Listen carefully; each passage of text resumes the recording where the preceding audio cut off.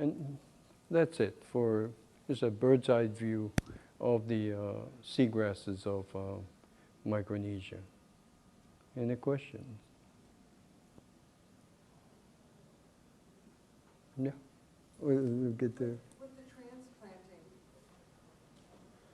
some areas it worked, other ones it didn't work. Is that because maybe it's going to grow where it's going to want to grow and not grow where it doesn't want to grow? Right. The most obvious seagrass that everybody wants to protect is the largest one, and that's Anhalus. So Anhalus has a very deep root system. So even with a shovel, it's very difficult to dig it up. That's why I'm saying you bring in a mechanical tractor, like a backhoe, and just scoop it up very deep, and then move it. Then it'll grow. But somehow we're in this case in Rota, this is what the person from the Corps of Engineers told me. It hasn't grown, nor has it died. But could it be farmed, let's say, for transplants, so that you could transplant? The others can. I think the others can.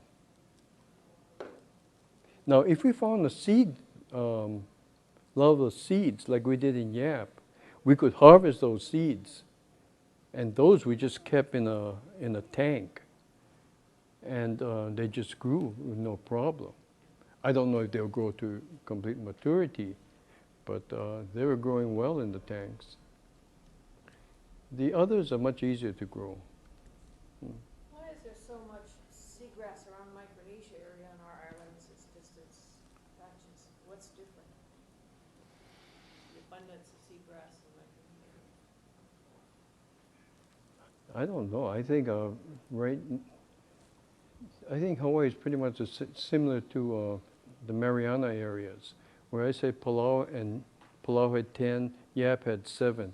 The entire Mariana chain only has 3 species: one Halophila, big Anhalus, and one that Halodule, very tiny one. And I think it's just they haven't just traveled to that area. I have a feeling that if we did bring it in and let it loose, I think the smaller ones could grow, but we don't want that in Guam. Also, the islands are very adapted to the seagrass. You take the island of Yap, it's fringed by mangroves, natural mangroves, whereas Hawaii is all introduced mangroves. And then from the mangroves, the silty area, you got the seagrass beds, then you have the coral reef area. With the amount of pesticides going into the water, like here where it's very urban, does that have any impact on seagrass? We're in some of those islands there in Micronesia, maybe not as, they don't use as much pesticides. No, I don't think it's that, because in Micronesia they put a lot of other things on the reef, all the outhouses. So. Could the dugong, could that have anything to do with? That's only in Palau. It's only in Palau. Only in Palau. But does it go east? It's from Palau eastward. The dugong? Yeah, the dugong. So as it travels, I don't know if it goes inter-island or. It does. It does. We did have one dugong end up in Guam. It ended up in the southern part of Guam. It was in the Cocos Lagoon. It was seen for about 2 weeks, and then it disappeared. Some people say just went off someplace else. Other rumors have it someone got it and ate it or something. So could their travels, like They could. cattle, could they take along seed or undigested things and deposit? I think that's very possible, because many of the seeds, like Samodosea, they have a very thick seed coat, And a lot of times the seed can stay in the sandy area for a long time before they germinate. Whereas Anhalus and Thalassia, they have very thin seed coats and they have to occur right away. But it is possible. But so far, we've never,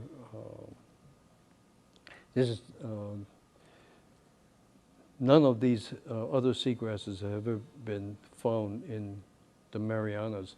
And when I say the Marianas, they only occur on the 4 main islands, Guam, Rota, Saipan, and Tinian. The other northern islands are pretty much, the habitat is not there. It's a steep little cliff area, and it's more pavement. You don't have the sandy area. I had one student, I was telling Celia, I had one student that when we went to Yap, we brought back a lot of different species to Guam, had them growing for about over 2 months, 3 months in the in little flat boxes running seawater. And we could just see Syringodium outcompeting Thalassia and that other Cymodosia, and it was just taking over. And the student wanted to introduce it to the area. I knew he would. I killed every single seagrass there, got rid of it, and just dumped it because I knew, I just was afraid that it would get loose. Even one of the species. You had a question. I didn't see Decipian. How about the Decipians? Right. That, so far, that has never been found in Micronesia. But I'm positive it occurs there.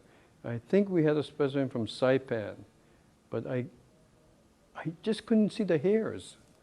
Decipiens has hairs on both sides, and on the side is little serrations. I didn't see it. Same like the Ryukyu Islands.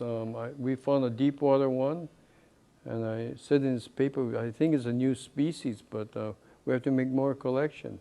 John Kuo from Western Australia University said, let me see it. He described it as a Decipiens. And it was a Decipiens.